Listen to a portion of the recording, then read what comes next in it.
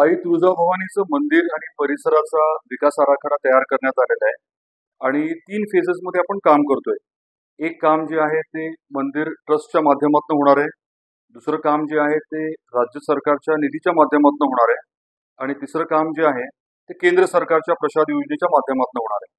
तर येणाऱ्या 10 दिवसामध्ये मंदिरच्या निधीमधनं जे साधारण 60 कोटीची कामं आहेत ते सुरू करण्याचं नियोजित आहे आणि त्या अनुषंगाने आमचं आता कामकाज चालू आहे.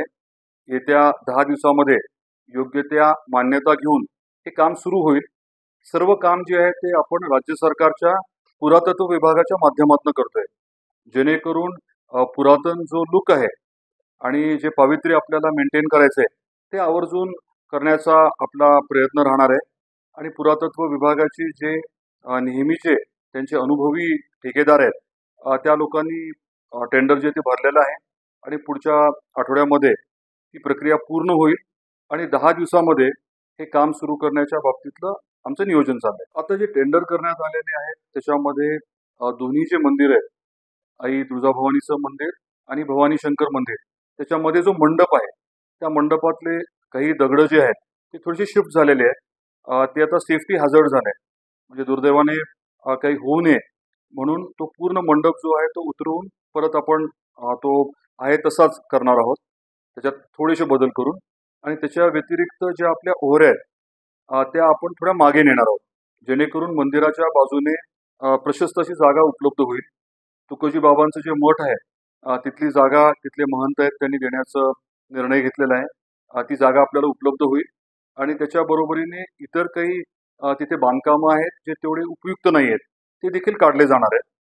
महाद्वाराचे काम आपण हाती घेणार आहोत आणि त्याच्या बरोबरीने एक लिफ्टची प्रोव्हिजन, जेणेकरून ज्येष्ठ नागरिकांना, दिव्यांगांना मदत होईल असं देखील नियोजन ह्या पहिल्या टप्प्यामध्ये आहे. आणि त्याच्या बरोबरीने आपण छत्रपती शिवाजी महाराज चौकामध्ये एक भव्य असं प्रवेशद्वार देखील घेतोय. हे सर्व जे आहे ते ट्रस्टच्या आई तुळजाभवानी मंदिर ट्रस्टच्या निधीमधून आपण करतोय. आणि दुसरा जो भाग आहे जो राज्य सरकारकडे आपण आता सादर केलेला आहे, कामाचा प्रारूप आराखडा जो आहे तो सादर केलेला आहे आणि त्याच्या मान्यतेनंतर तातडीने त्याची देखील निविदेची प्रक्रिया जी आहे ती सुरू केली जाईल. प्रसाद योजनेमधला जो भाग आहे साधारण 100-1 कोटी तिथनं अपेक्षित आहे.